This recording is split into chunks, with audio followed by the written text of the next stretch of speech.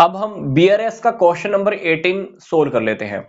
इस क्वेश्चन की स्टेटमेंट के अकॉर्डिंग हमारे सामने बैंक स्टेटमेंट का फेवरेबल बैलेंस है कितना 9214। तो हमें बीआरएस का फॉर्मेट यहां पर गिवन है, डेट हमने ऊपर ही मेंशन कर दी है। क्या लिखेंगे? Credit balance as per passbook कितना 9214। क्वेश्चन की बाकी की स्टेटमेंट्स को हम यहां पे सोल्व करने वाले हैं। हम ऐसा कंसीडर करेंगे जैसे हमें कैश बुक का बैलेंस गिवन है, तो यहां पर सारे अमाउंट्स हम फिल करने वाले हैं। लास्ट में हम अमाउंट्स को यहां पर रिवर्स कर देंगे। क्वेश्चन के सॉल्यूशन में आपको सिर्फ ये वाला फॉर्मेट ही शो करना है। ये जो तीन फॉर्मेट हैं ये सिर्फ अंडरस्टैंडिंग पर्पस के लिए है, ताकि आपको बिल्कुल क्लियर हो जाए कि हमें बीआरएस आखिर रेडी कैसे करनी है। ये बीआरएस आपकी बहुत इजी वे में सोल्व होने वाली है, तो स्टेप बाय स्टेप हम इस वीडियो को ध्यान से देखेंगे। आगे देखिए क्या लिखा हुआ है। इक्वेशन नंबर 1, 29 जून को बैंक ने हमारे अकाउंट में 1650 का एक अमाउंट गलती से क्रेडिट किया है। कितना अमाउंट? 1650। तो डेफिनेटली ये अमाउंट आपके यहां पे तो होगा नहीं। अब आपको क्या करना है? बीआरएस में जाना है, प्लस आइटम्स में आप मेंशन कर दीजिए। हालांकि ये अमाउंट बैंक ने गलती से क्रेडिट किया है, बट कोई बात नहीं, आपको पासबुक और कैश बुक को मैच करना है, दोनों को इक्वल करना है। तो उस अकॉर्डिंग हमारा ये अमाउंट यहां पर होना चाहिए, बट ये अमाउंट यहां पर अब तक नहीं है। तो हमको बीआरएस में जाना है, प्लस आइटम्स में आप मेंशन कर दीजिए। Second, certain checks valued at 4500 issued before 30th June but not yet cleared। हमने कुछ चेक्स थे इशू किए हुए थे 4500 के। मेरे को लगा था कि मेरे बैंक में से 4500 कम हो जाएंगे, बट ये चेक अभी तक क्लियर ही नहीं हुए। मेरे बैंक में से अमाउंट इतना कम नहीं हुआ। तो ये मुझे क्या करना है? बीआरएस में जाना है, 4500 यहाँ पे आप प्लस आइटम्स में मेंशन कर दीजिए, क्योंकि आपको लगा था कि 4500 आपके बैंक में से चला जाएगा, बट ये तो नहीं गया। तो आप 4500 बीआरएस में प्लस कर दीजिए।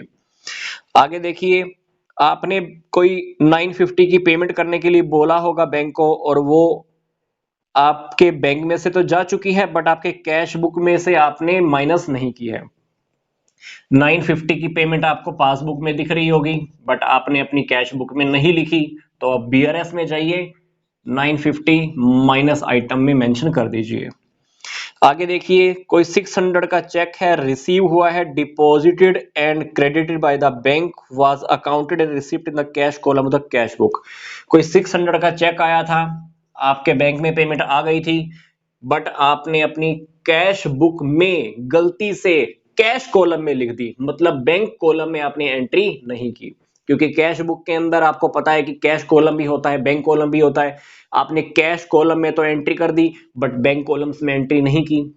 अब आपको क्या करना है? बीआरएस में जाना है, इस 600 के अमाउंट को प्लस आइटम्स में मेंशन कर दीजिए। आगे देखिए, एक कुछ चेक्स थे 8500 के, आपने बैंक में डिपॉजिट कराए थे। 8500 के चेक्स थे, आपने बैंक में डिपॉजिट कराए थे, बट कहता है कि जून में सिर्फ 6000 के चेक ही क्लियर हो पाए हैं। तो आपको तो लगा था कि 8500 आ जाएगा, बट आपके बैंक में तो 6000 आए, मतलब 2500 आपके बैंक में कम क्रेडिट हुए हैं। तो ये 2500 को क्या करना है? आपको माइनस साइड में मेंशन कर देना है।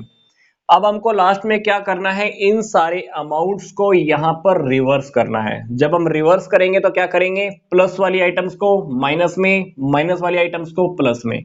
तो प्लस वाली आइटम देखिए, पहले 1650 का अमाउंट था, पहले आया था, फिर आया था 4500 का, इसके बाद हमारा 950 वाला अमाउंट, इसके बाद हमारा 600 वाला अमाउंट, इसके बाद हमारा 2500 वाला अमाउंट। तो हमने ध्यान से देखिए, ये तीनों अमाउंट यहाँ पे आ चुके हैं, ये दोनों अमाउंट हमारे यहाँ प्लस साइड में आ चुके हैं। तो इसके बाद हम क्या करेंगे? दोनों साइड का टोटल कर देंगे।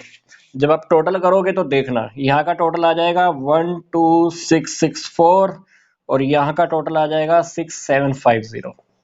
दोनों का जब आप डिफरेंस फाइंड आउट करेंगे तो डिफरेंस आपको पता चलेगा कितना आएगा, 5914।